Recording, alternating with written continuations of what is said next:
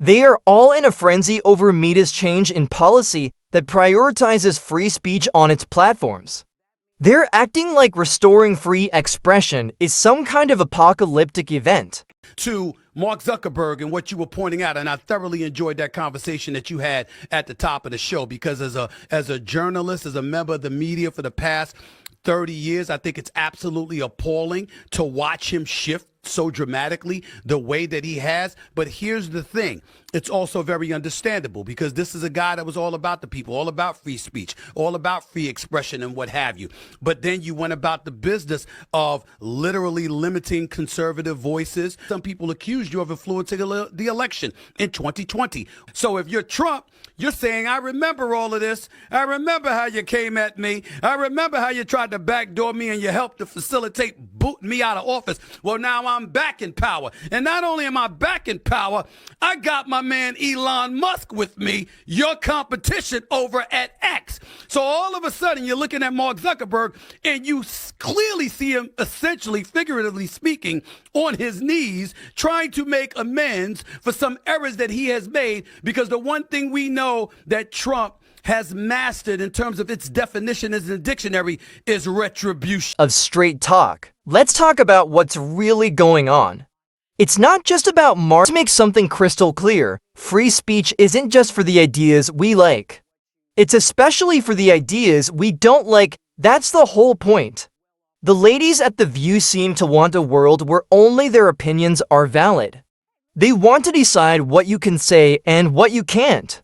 But who died and made them the arbiters of truth? The same people who got played by the Biden administration's misinformation campaign over Hunter Biden's laptop are now claiming some moral high ground.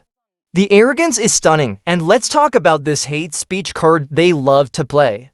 Of course, genuine hate speech that incites violence has no place in a civilized society. They did call for censorship. What was the response to all this?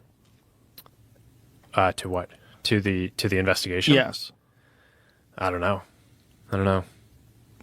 Was anybody held accountable? Was there any repercussions? I mean, they lost the election. Yes. So that's it. That's it. Well, in a democracy, I mean, that's kind of right.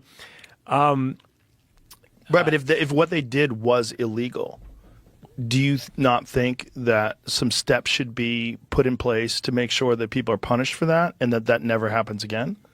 It seems that has a massive impact on the way our country goes. If that's election interference, and I think it is, that has a massive impact on the direction of our country.